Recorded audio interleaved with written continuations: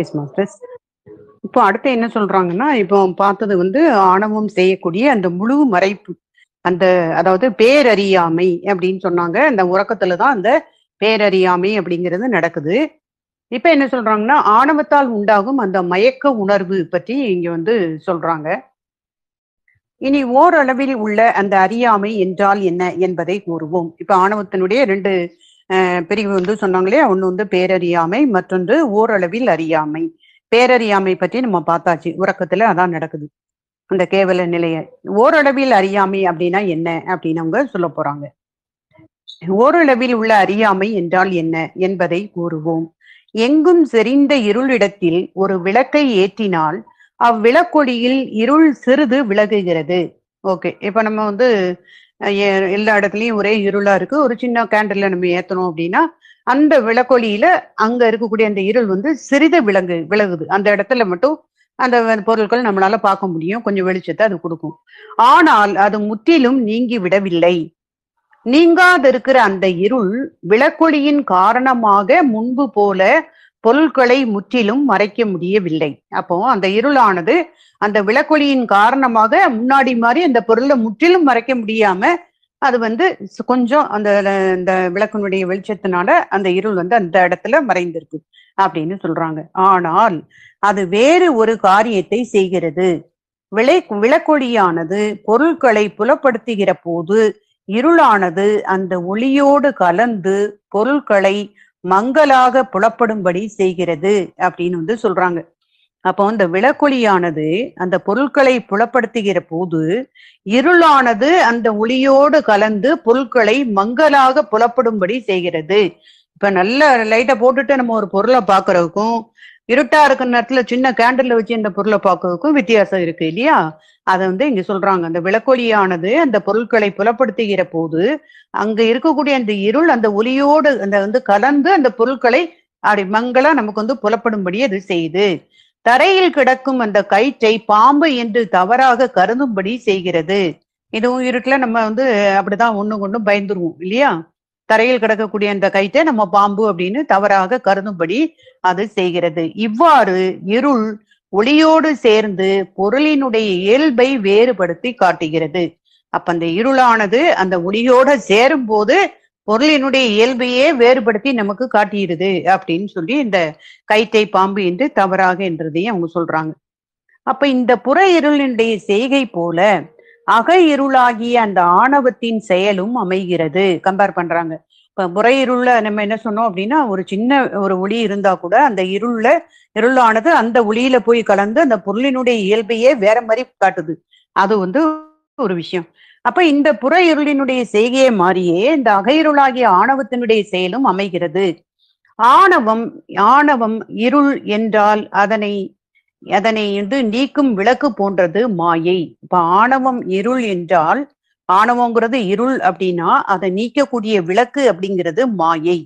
அப்ப நமக்கு வந்து இந்த இறைவன் வந்து இந்த மாயையிலிருந்து இந்த தனு கரண புவன போகங்கள் எல்லாவற்றையும் கொடுத்து சிறிய ஒரு அறிவை வந்து நமக்கு கொடுப்பதற்காக ஒரு சிறிய இருளை போக்கும் ஒரு சிறிய விளக்காகத்தான் இந்த மாயையிலிருந்து நமக்கு எல்லாத்தையுமே அந்த இறைவன் கொடுத்தது.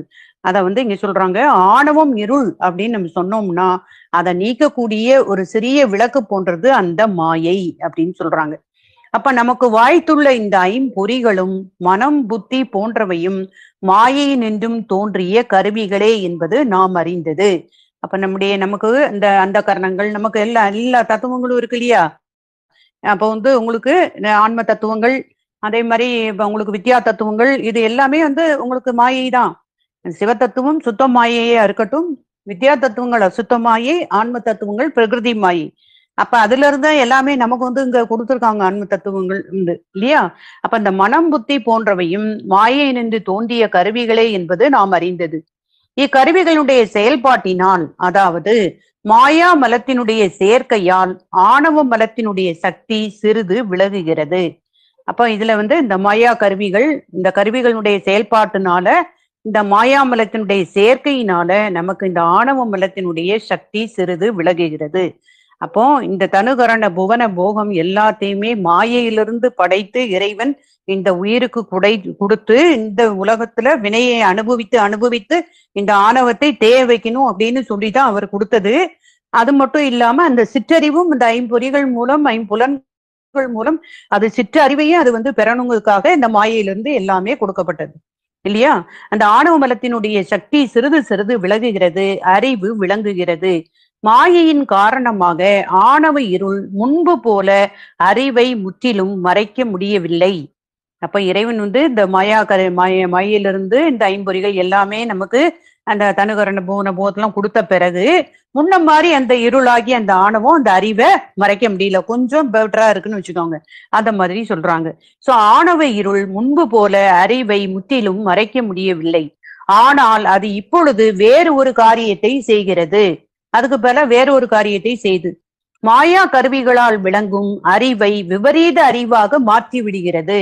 அவரு நம்ம மேல உள்ள கருணையில, இந்த உயிரின் மேல உள்ள கருணையில, எப்பா கொஞ்சமாவது நீ ஆணவ மலத்துல நீ கட்டுண்டு கிடக்க, எப்படியாவது கொஞ்சம் கொஞ்சம் அந்த அறிவை உனக்கு கொடுத்து உன்னுடைய ஆணவ மலத்தை தேய வை அப்படின்னு சொல்லி கொடுத்தா, நம்ம அந்த மாயா கருவி இதெல்லாம் நம்ம வாங்கிக்கிட்டு நாம ஒரு அறிவு நமக்கு வருது. அந்த அறிவே நமக்கு எப்படிப்பட்ட அறிவா இருக்கு அப்படின்னா விபரீத அறிவா அது மாற்றிடுது உயிருக்கு அப்படிங்கிறாங்க. அப்ப அந்த விபரீத அறிவுனா என்ன? அதாவது அற்பமான பொருளை உயர்வானது என்றும் நிலையில்லாத பொருளை நிலைத்தது என்றும் இவ்வாறு மாறி உணரும்படியாக செய்து விடுகிறது.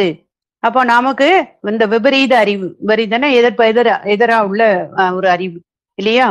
அதாவது நிலையான பொருளை நமக்கு அழிவற்ற பொருளை அழிவுடைய பொருள்னும், நிலையான பொருளை நிலை இல்லாத மாதிரியும் நம்ம மாற்றி மாற்றி அதை தப்பா அதை நாம புரியும்படி அந்த அறிவை நமக்கு அது கொண்டு வந்துருது அப்படின்னு சொல்றாங்க. சோ அற்பமான பொருளை உயர்வானது என்றும் நிலையில்லாத பொருளை நிலைத்தது என்றும் இவ்வாறு மாறி உணரும்படியாக செய்து விடுகிறது.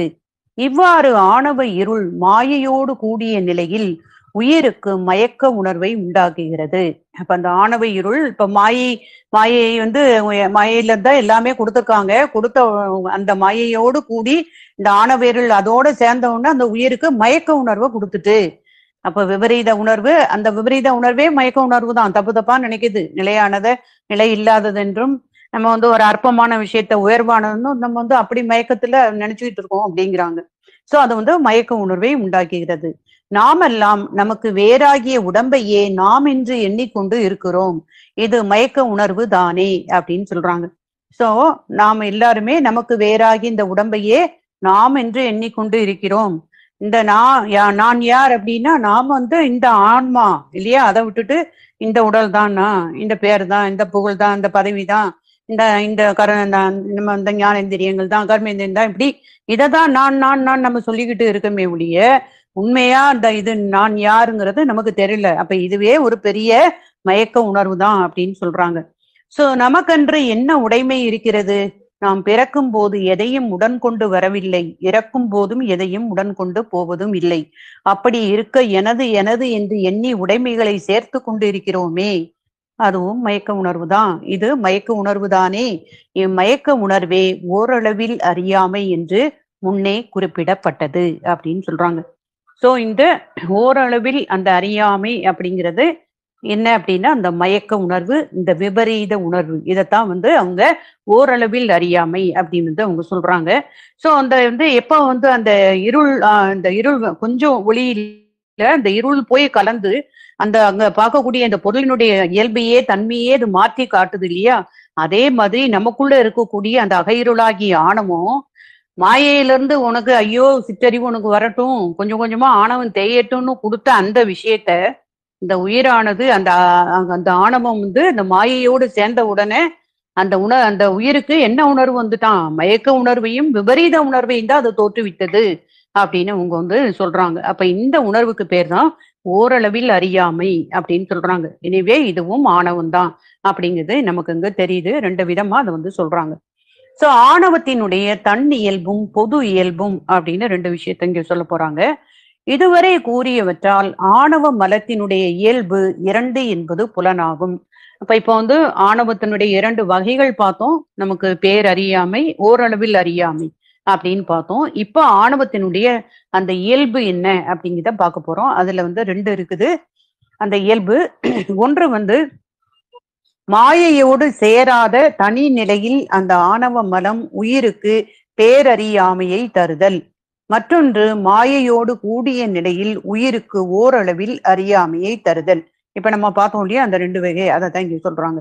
ஆணவ மலத்தினுடைய இயல்பு 2 என்பது புலனாகும். ஒன்று மாயையோடு சேராம தனி நிலையில அந்த ஆணவ மலம் உயிருக்கு அந்த பேரறியாமையை தருதல். தூங்கும் போது எதுவுமே நமக்கு தெரியல, எந்த மாயையும் நமக்கு தெரியாது. கண்ணு முழிச்ச பிறகுதான் எல்லா மயங்களையும் போய் நம்ம சிக்குவோம் இல்லையா? அப்ப இந்த உயிருக்கு வந்து பேரறியாமையை கொடுக்கிறது ஒன்று. மற்றொன்று மாயையோடு கூடிய நிலையில அந்த உயிருக்கு ஏற்படுகின்ற அந்த ஓரளவில் அறியாமை அப்படிங்கிறது 2வது இயல்பு. ஆணவம் தனித்து செயல்படும் நிலை கேவல நிலை என்று குறிப்பிட்டோம். மாயையோடு கூடி செயல்படக்கூடிய அந்த நிலை சகல நிலை எனப்படும். அப்ப இது முதலியே நம்ம வந்து பார்த்தோம் இல்லையா? இந்த மாயையோடு இந்த ஆணவம் கூடி நிற்கும் போது இந்த உயிருக்கு ஏற்படக்கூடிய அந்த நிலை சகல நிலை அப்படின்னு வந்து சொல்றாங்க. ஏன்னா அந்த மாயையோடு இந்த ஆணவ இருள் சேர்ந்த உடனே அதுக்கு அந்த மயக்க உணர்வு கொடுக்குது. சிற்றறிவை உண்டாக்குறதுக்காக அந்த ஆணவ மலம் கொஞ்சம் கொஞ்சமா தேணுங்கிறதுக்காக கொடுத்த ஒரு இதை அது மிஸ்யூஸ் பண்ற மாதிரி பண்ணிக்கிட்டு தனக்கு எந்த உணர்வை தான் இது தோற்றுவிக்கி அந்த ஆணவ இருள் அந்த மாயையோடு கலந்துட்டு சேர்ந்த உடனே அந்த மயக்க உணர்வு அந்த உயிருக்கு ஏற்படுது. அதுக்கு பேரு சகல நிலை அப்படின்னு சொல்றாங்க. அப்போ இந்த அதாவது கேவல நிலை அப்படின்னு சொன்னோம்னா அந்த உயிரானது அறியாமையில் அழுந்துதல் அப்படின்னு நம்ம சொன்னோம்னா, இந்த சகல நிலை என்பது இந்த உயிரானது மாயையில் அழுந்துதல் அப்படின்னு நம்ம இந்த இடத்துல தெரிஞ்சுக்கணும். சோ ஆணவம் தனி நிலையில் பேரறியாமையை செய்தல் அதற்கு தன் இயல்பு ஆகும். அப்ப ஆணவம் தனி நிலையில இந்த பேரறியாமை செய்தல் என்பது அதற்கு தன் இயல்பு.